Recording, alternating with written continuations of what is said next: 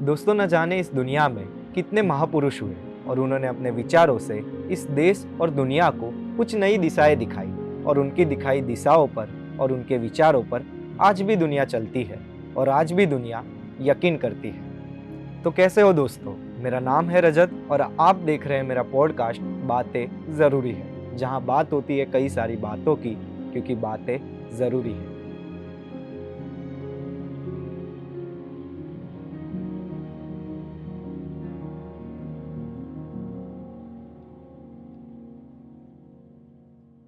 आज के हमारे पॉडकास्ट के दूसरे एपिसोड में हम बात करेंगे एक ऐसे युग पुरुष की जिन्होंने न तो सिर्फ अपने विचारों से दुनिया को नई दिशा बताई, बल्कि ये दुनिया में धर्म, संस्कृति, ज्ञान और विज्ञान को एक अलग रास्ता दिखाया। जी हाँ दोस्तों, मैं बात कर रहा हूँ एक ऐसे इंसान की जो न केवल इंसान बल्कि भगवान और महात्मा भी थे। मैं बात कर रहा हूँ तथागत गौतम बुद्ध की।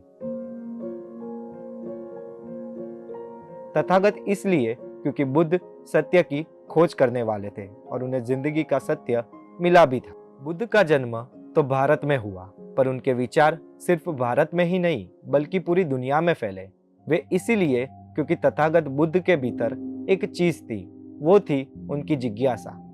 जिज्ञासा का मतलब होता है जानने की इच्छा, ज्ञान की चाह। जिज्ञासा की वजह से बुद्ध ने विश्वासों में से अंधविश्वासों को अलग किया और लोगों में से पाखंड को बाहर निकाला, और इसी जिज्ञासा की वजह से ही बुद्ध सिद्धार्थ से बुद्ध बने। बुद्ध के विचार इतने महान थे कि वो आज भी लोगों को प्रभावित करते हैं। जैसे कि जीवन में हजारों लड़ाइयां जीतने से अच्छा है कि तुम स्वयं पर विजय प्राप्त कर लो, फिर जीत हमेशा तुम्हारी होगी, इसे तुमसे कोई नहीं छीन सकता। और जिस तरह एक जलते हुए दिए से हजारों दीपक रोशन किए जा सकते हैं, फिर भी उस दिए की रोशनी कम नहीं होती, उसी तरह खुशियां बांटने से हमेशा बढ़ती है, कभी कम नहीं होती। बुद्ध ज्ञान की खोज के लिए बहुत भटके, रास्ते में आने वाली कड़ी मुश्किलों को पार करते हुए लंबी लंबी यात्राएं की। तब जाके उन्हें भारत के बिहार राज्य के गया में एक पीपल के पेड़ के नीचे ज्ञान प्राप्ति हुई। इसी कारण ये जगह को बोध गया कहते हैं। और फिर वहां से वे सारनाथ पहुंचे, जहां उन्होंने धम्म की स्थापना करी। महात्मा चले जाते हैं, पर उनके चले जाने के बाद भी उनके निशान रह जाते हैं। बुद्ध के जाने के बाद भी बुद्ध को मानने वालों ने उनके अवशेष संभाल कर रखे। जिन जगहों पर बुद्ध जा नहीं पाए, जो लोग बुद्ध से मिल नहीं पाए, उन लोगों के लिए बुद्ध के अवशेष बुद्ध से कम नहीं। बुद्ध की एक खास बात थी कि वे जीवन भर गतिमान रहे। उन्होंने अपना पूरा जीवन एक जगह से दूसरी जगह उपदेश देने में बिताया।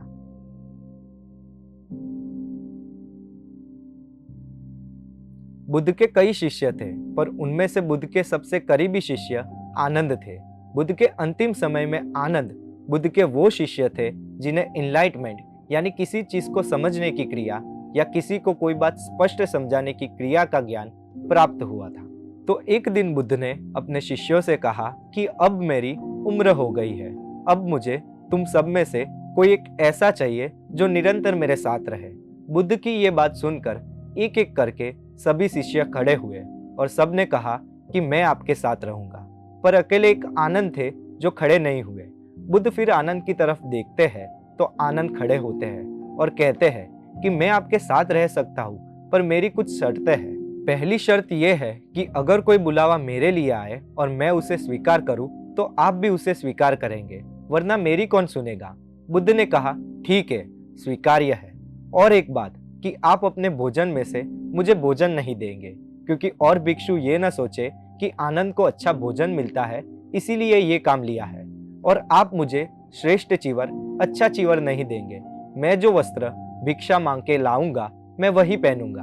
तो कितनी सुंदर बात है कि आनंद बुद्ध के निरंतर साथ रहने के लिए भी शर्तें रखते हैं, वो भी इसीलिए कि किसी और को ईर्ष्या ना हो। उन्हें जिंदगी का कोई लोभ नहीं है, ये उनकी बातों में साफ नजर आता है। फिर बात आती है तब की जब बुद्ध बीमार पड़ गए, पर उनके शिष्यों को इस बात का पता ना चला कि बुद्ध बीमार है।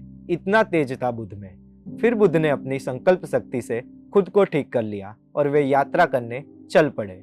पर बुद्ध समझ गए थे कि अब उनके शरीर का जाने का समय आ गया था, तो उन्होंने आनंद को याद किया आनंद पिछले कई वर्षों से बुद्ध के साथ थे। वे बुद्ध की कई बात उनके कहने से पहले समझ जाते थे। इसीलिए बुद्ध ने आनंद को बुलाया और कहा कि अगर तुम कहो तो मैं इस धरती पर तब तक रह सकता हूँ जब तक ये धरती रहेगी।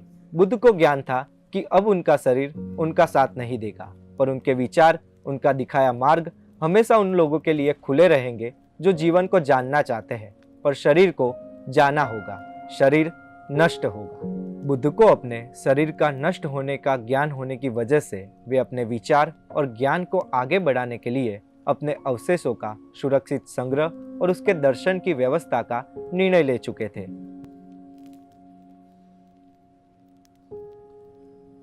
जो अवशेष आज भी स्तूपों में रखे हुए हैं।